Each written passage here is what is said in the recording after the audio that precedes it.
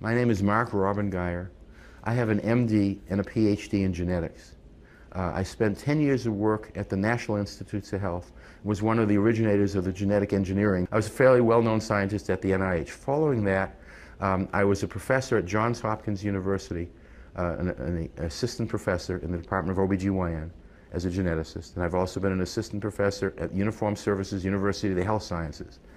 In addition to being a geneticist, I've been interested in vaccine safety and efficacy for 30 or more years. And I have worked and spoken to it by invitation to the Institute of Medicine on 6 or 7 occasions, have worked with the FDA, and was one of the leading proponents, and there really only were 4 of us that did this, to try to get rid of the vaccine DTP, diphtheria, pertussis, tetanus, and replace it with DTAP, which it has been done. You can't buy DTP in the United States anymore.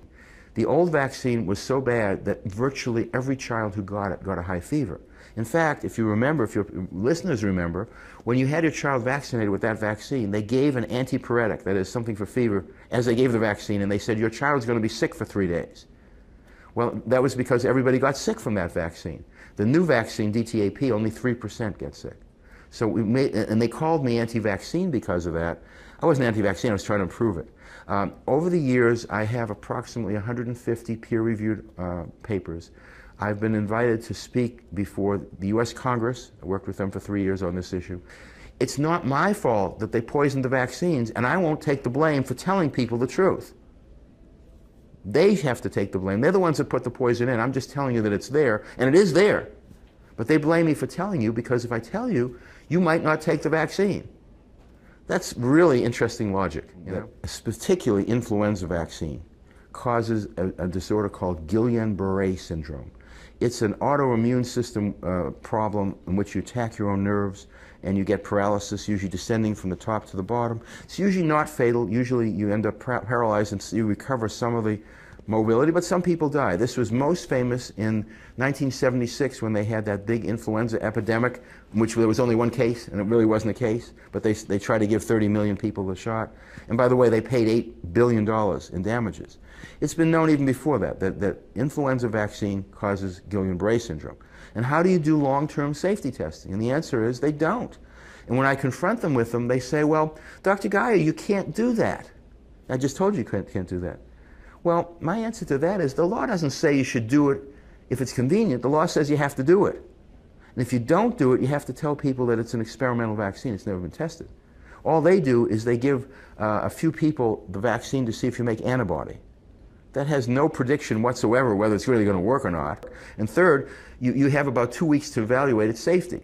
So they don't have any safety. So they want to give 300 million doses of influenza vaccine. That's to every man, woman, and child now, they recommend it, with no safety testing and no efficacy testing. And also there's another issue. If you follow their recommendations, pregnant women take the vaccine, so you get it as a fetus. Then you get it at 6 months. Then you get it a year and 2 and 3 and 4 and every year for the rest of your life. So if you live to be 80, you've had 82 shots of influenza. Where's the safety study that you can give the same vaccine, similar type vaccine, 82 times safely? We all know the theoretical risk. You might become immune to it. You may become autoimmune to it. They have no such studies. They haven't studied that at all. They're just going to do it because they're experimenting on our lives and our children. It's good for them. Makes them a lot of money. And understand, you notice I mentioned influenza, and I talk about influenza, and there are lots of other vaccines. The CDC is not in the vaccine industry. The CDC is in the business of giving flu vaccines, and you know what I mean by that. Sure, they do all the vaccines. But if you count them up, you know, there's 20 million childhood vaccines a year. There's 300 million influenza vaccines a year. Which one do you think matters to them monetarily and power-wise? The 20 million or the 300 million?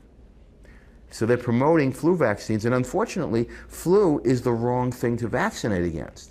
They have a whole industry, and all they do, CDC, primarily does vaccines. And they spend millions and billions of dollars on vaccines to prevent infectious disease, which basically we don't have much of.